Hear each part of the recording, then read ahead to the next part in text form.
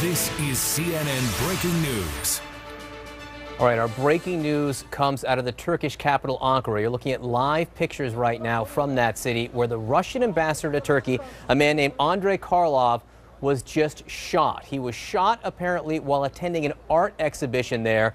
We do believe at this point he has been rushed to the hospital. We do not have any information about his condition. Why is this important? Turkey and Russia right now both intimately involved in the war in Syria right now. In fact, on different sides of that war, they have been negotiating for this ceasefire in Syria for some time, but there have been a number of tensions between these two countries over the last year or so. Again, live pictures from Ankara where the Russian ambassador to Turkey, Andrei Karlov, just shot and taken to the hospital. Mohammed Leela joins us live from the Turkish-Syria border. Also with us is Clarissa Ward in Moscow. Again, I want to go first to Mohammed right now to give us the latest information on what exactly is going on inside Turkey.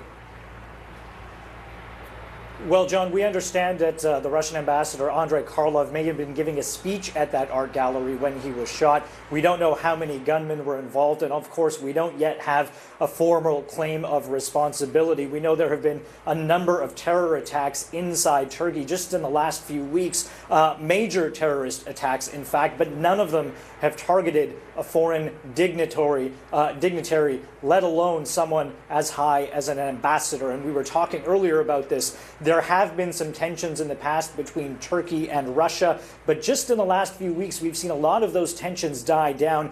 President Erdogan here in Turkey made a very public visit to visit Vladimir Putin, and we know that the two have been speaking on the phone several times, at least 7 or 8 times just in the last few weeks, hammering out this evacuation and temporary ceasefire deal in Syria. So this comes at a very crucial time, not just for Turkey, but also with everything that's happening next door in Syria, with the official sort of fall of Aleppo and what happens to the militant groups. Where do they go after that?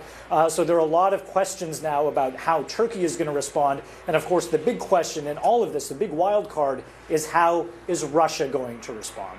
A lot of that will depend on who was behind this attack, if that information is ever known. Clarissa Ward joins us now from Moscow. Clarissa, in November of 2015, Turkey shot down a Russian plane on the Turkish-Syria border. It was an Su-24 fighter jet. There have been tensions over the last several years, not to mention going back decades, between Turkey and Russia. But as Mohammed said, of late, the two nations, they had been negotiating on these ceasefire attempts in Aleppo.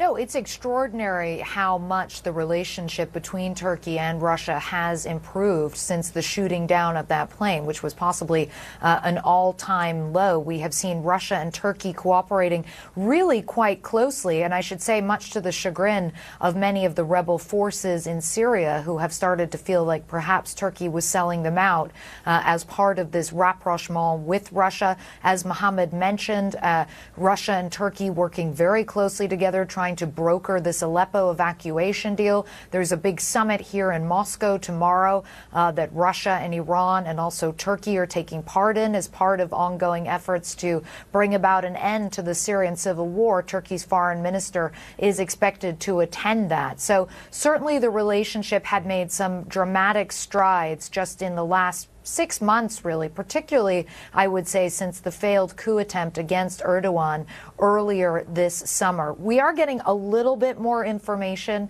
about Andrei Karlov, who is the ambassador who was shot. We know that his career began in 1976 as a diplomat. He served as the Russian ambassador, or then the Soviet Union ambassador, to North Korea. He later also served as the ambassador to South Korea.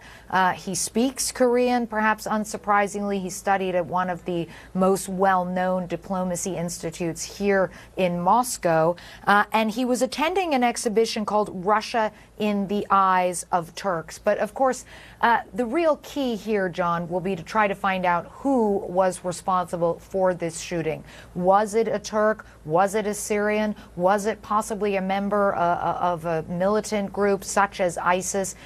only once we have a better sense of who was responsible for it and exactly what the motivation was for it, whether it indeed is related to what's happening at the moment in Syria, will we then get a better sense of how Russia is likely to respond, John. And that's the key here. We should say that there have been ISIS-linked attacks inside Turkey over the last year. There have also been attacks linked to Kurdish separatist groups in Turkey over the last several years. We just don't know at this point who is behind the attack. That is something we are going to keep our eye on throughout the day. Mohammed Leela, while we have you with us, can you give us briefly a quick update on what's happening on the ground inside Aleppo with the attempts to evacuate some of the civilians there?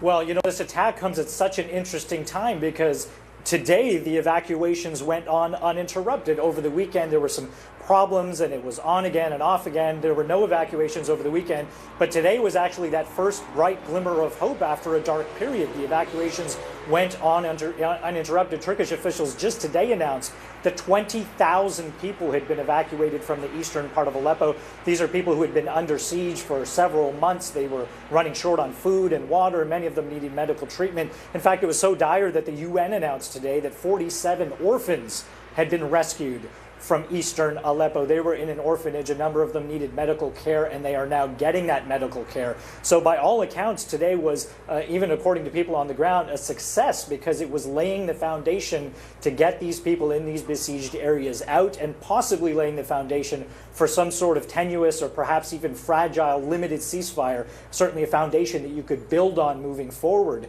But now that the Russian ambassador has been shot and we've just gotten word that he's in critical condition being treated in hospital, the question becomes now, not just what happens in Turkey, but how does this affect everything that's playing out in Syria? Because if it was one of these groups, for example, ISIS that has a presence in Syria or one of the Al-Qaeda groups that has a presence in Syria, the question becomes not just what happens in Turkey, but the connection and the domino effect that takes place in the whole region, starting in Turkey, obviously, but then obviously moving on to Syria.